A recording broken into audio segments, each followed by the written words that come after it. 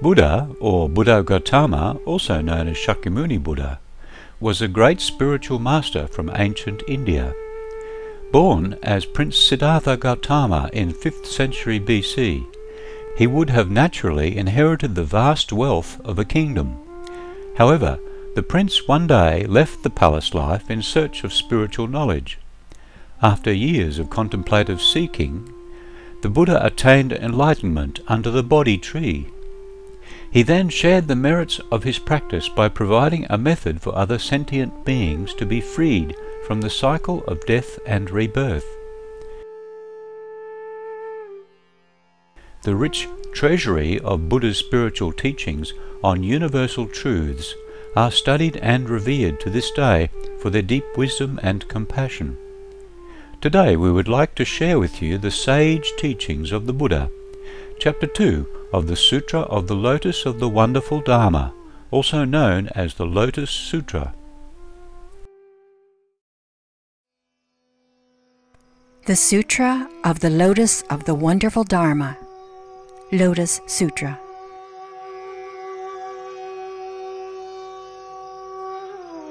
Chapter 2. Expedient Means. At that time, the world-honored one calmly arose from his samadhi, the internal state of imperturbability achieved through meditation, and addressed Sariputra, saying, "The wisdom of the Buddhas is infinitely profound and immeasurable. The door to this wisdom is difficult to understand and difficult to enter. Not one of the voice hearers, or pratika Buddhas, self-awakened Buddhas, is able to comprehend it." What is the reason for this? A Buddha has personally attended 100, 1,000, 10,000, 1,000,000, a countless number of Buddhas, and has fully carried out an immeasurable number of religious practices. He has exerted himself bravely and vigorously, and his name is universally known. He has realized the Dharma that is profound and never known before, and preaches it in accordance with what is appropriate, yet his intention is difficult to understand. Sariputra, ever since I attained Buddhahood, I have, through various causes and various similes, widely expounded my teachings and have used countless expedient means to guide living beings and cause them to renounce attachments. Why is this? Because the Tathagata, Buddha, is fully possessed by both expedient means and the paramita of wisdom. Shariputra, the wisdom of the Tathagata is expansive and profound. He has immeasurable mercy, unlimited eloquence, power, fearlessness, concentration, emancipation, and samadhis, and has deeply entered the boundless and awakened to the Dharma, or true teaching, never before attained. Shariputra, the Tathagata knows how to make various kinds of distinctions and to expound the teachings skillfully. His words are soft and gentle and delight the hearts of the assembly. Shariputra, to sum it up, the Buddha has fully realized the Dharma, or true teaching, that is limitless, boundless, never attained before. But stop, Sariputra, I will say no more. Why? Because what the Buddha has achieved is the rarest and most difficult to understand Dharma, true teaching. The true entity of all phenomena can only be understood and shared between Buddhas.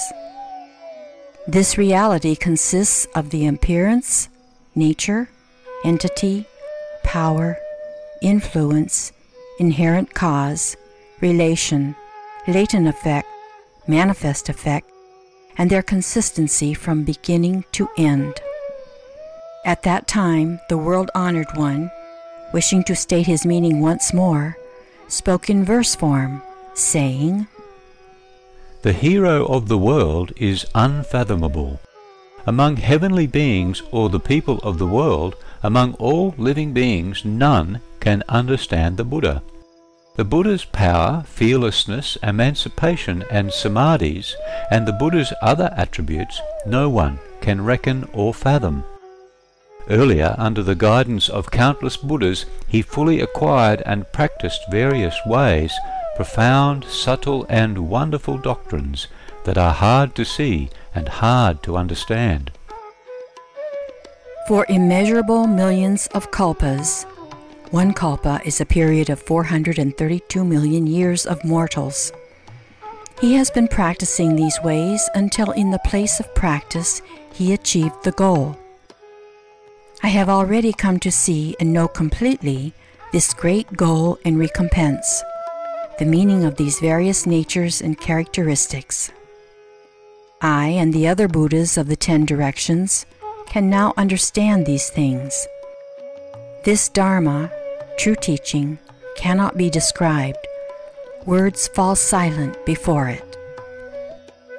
Among the other kinds of living beings, there are none who can comprehend it, except the many bodhisattvas or spiritual practitioners who are firm in the power of faith. The many disciples of the Buddhas in the past have given offerings to the Buddhas, have already cut off all outflows, and now are dwelling in their last incarnation, but even such persons as they have not the power needed. Even if the whole world were filled with men like Sariputra, though they exhausted their thoughts and pooled their capacities, they could not fathom the Buddha's knowledge. Even if 10 directions were all filled with men like Sariputra, or like the other disciples, though they filled the lands in the 10 directions and exhausted their thoughts and pooled their capacities, still they could not understand it.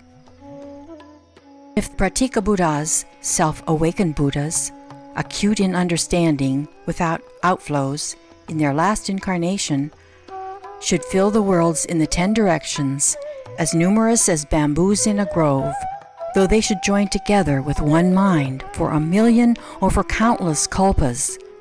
One kalpa is a period of 432 million years of mortals. Hoping to conceive of the Buddha's true wisdom, they could not understand the smallest part of it. If bodhisattvas or spiritual practitioners newly embarked on their course should give offerings to numberless Buddhas, completely mastering the intent of the various doctrines and also able to preach the Dharma or true teaching effectively, like so many rice and hemp plants, bamboos or reeds, filling the land in the 10 directions, with a single mind, with their wonderful knowledge, for kalpas, one kalpa is a period of 432 million years of mortals, for kalpas numerous as Ganges sands, should altogether pool their thoughts and capacities, they could not understand the Buddha's knowledge. If bodhisattvas, who never regress, their numbers like Ganges sands, with a single mind should join in pondering and seeking, they could not understand it either. I also announce to you, Sariputra, that this profound, subtle, and wonderful Dharma, true teaching, without outflows, incomprehensible, I have now attained in full. Only I understand its characteristics, and the Buddhas of the 10 directions do likewise. Sariputra, you should know that the words of the various Buddhas never differ. Toward the Dharma preached by the Buddhas you must cultivate a great power of faith. The world-honoured one has long expounded his doctrines and now must reveal the truth. I announce this to the assembly of voice-hearers, and to those who seek the vehicle of the Pratyeka Buddha or self-awakened Buddha. I have enabled people to escape the bonds of suffering and to attain nirvana, the highest paradise. The Buddha, through the power of expedient means, has shown them the teachings of the 3 vehicles, prying living beings loose from this or that attachment and allowing them to attain release. At that time, among the great assembly, there were voice-hearers, arhats, saints, whose outflows had come to an end, Agata Kundinya and the others, 1,200 persons. And there were monks, nuns, laymen, and laywomen who had conceived a desire to become voice-hearers or Pratyeka Buddhas, self-awakened Buddhas.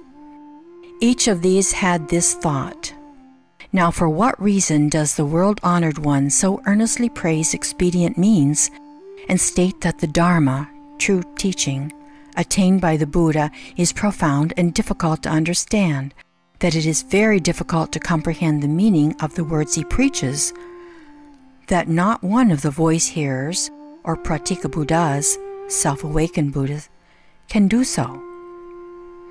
If the Buddha preaches but one doctrine of emancipation, then we too should be able to attain this Dharma, true teaching, and reach the state of nirvana, eternal bliss. We cannot follow the gist of what he is saying now. At that time, Shariputra understood the doubts that were in the minds of the four kinds of believers, and he himself had not fully comprehended. So he addressed the Buddha, saying, "World-honored one, what causes and conditions lead you to earnestly praise expedient means, the foremost device of the Buddhas, the profound, subtle and wonderful Dharma or true teaching that is difficult to understand? From times past I have never heard this kind of preaching from the Buddha. Now the four kinds of believers all have doubts.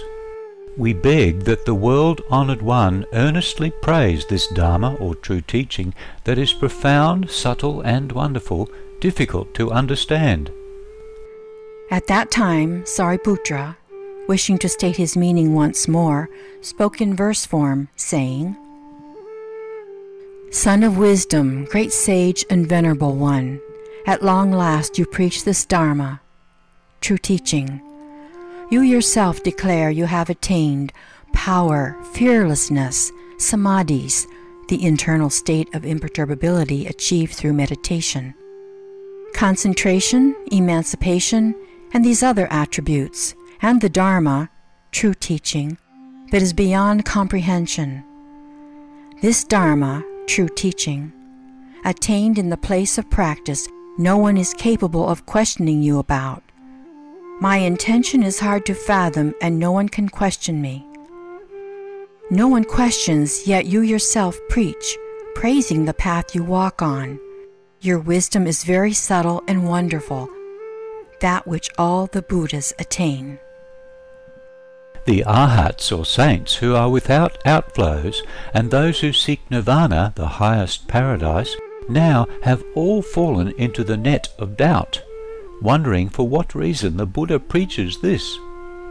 Those who seek to become pratyeka Buddhas or self-awakened Buddhas, monks and nuns, heavenly beings, dragons and spirits, along with the Gandharvas or demigods and others, look at one another, filled with perplexity, gazing upward at the most honoured of two-legged beings. What is the meaning of all this? I beg the Buddha to explain it for us. Among the assembly of voice hearers, the Buddha has said, "I am foremost," yet now I lack the wisdom to solve these doubts and perplexities. Have I in fact grasped the ultimate Dharma, true teaching, or am I still on the path of practice? The sons born from the Buddha's mouth press palms together, gaze upward and wait. We beg you to put forth subtle and wonderful sounds, and at this time explain to us how it really is. The heavenly beings, dragons, spirits, and the others, their numbers like the Ganges sands.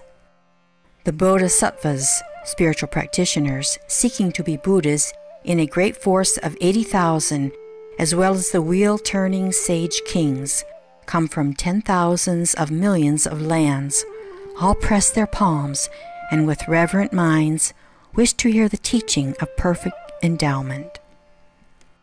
At that time the Buddha addressed Shariputra, saying, "Stop, stop, there is no need to speak further. If I speak of this matter, then the heavenly and human beings throughout the worlds will all be astonished and doubtful." Shariputra once more spoke to the Buddha, saying, "World-honored one, we beg you to preach. We beg you to preach.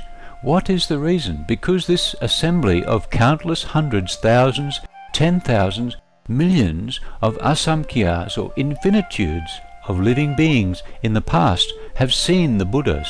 Their faculties are vigorous and acute, and their wisdom is bright. If they hear the Buddha preach, they will be capable of reverent belief. At that time, Sariputra, wishing to state his meaning once more, spoke in verse form, saying, Dharma King, none is more highly honored. Speak, we beg you, without reserve. In this assembly of numberless beings are those capable of reverent belief. The Buddha repeated, Stop, Shariputra. If I speak of this matter, the heavenly and human beings and asuras, or supernatural beings, throughout the worlds will all be astonished and doubtful. The monks who are overbearingly arrogant will fall into a great pit. At that time, the world-honored one repeated what he had said in verse form. Stop, stop, no need to speak. My Dharma is wonderful and difficult to ponder. Those who are overbearingly arrogant, when they hear it, will never show reverent belief.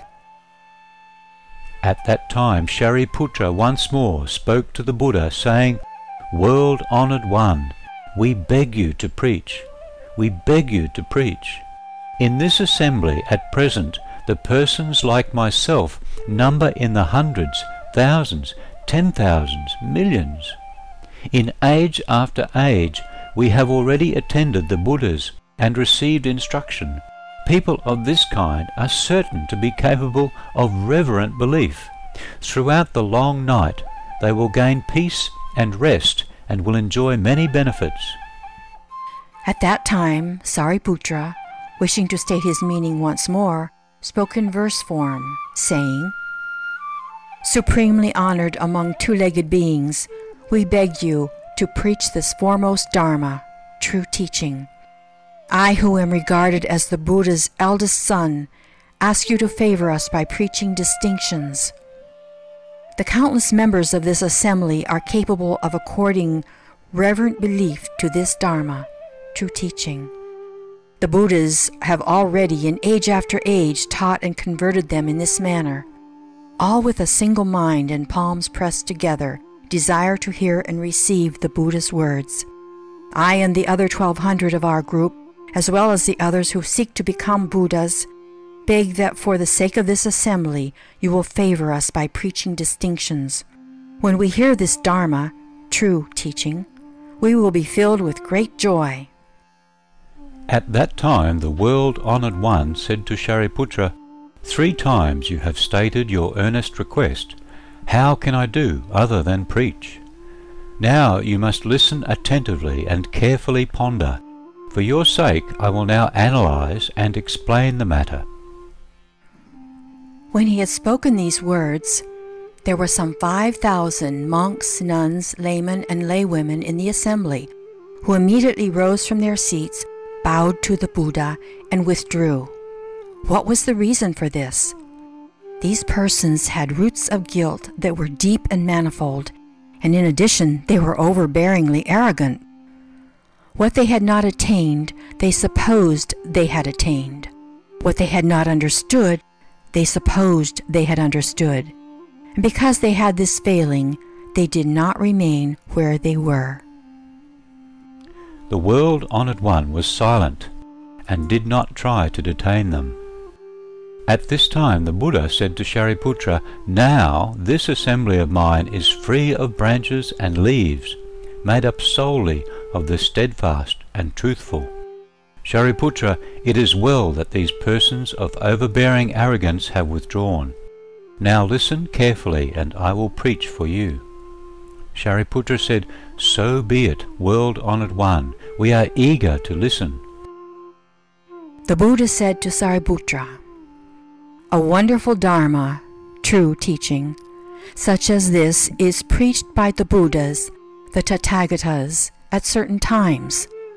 But like the blooming of the Udumbara, a blue lotus that blooms once every 3,000 years, such times come very seldom. Sariputra, you and the others must believe me. The words that the Buddhas preach are not empty or false.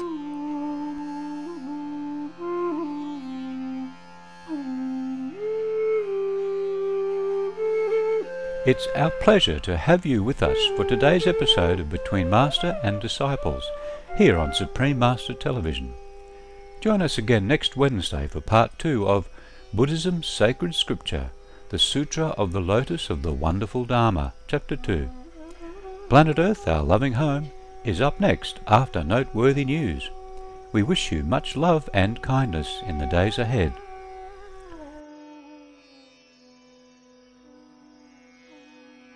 For more details, please visit www.suprememastertv.com/BMD.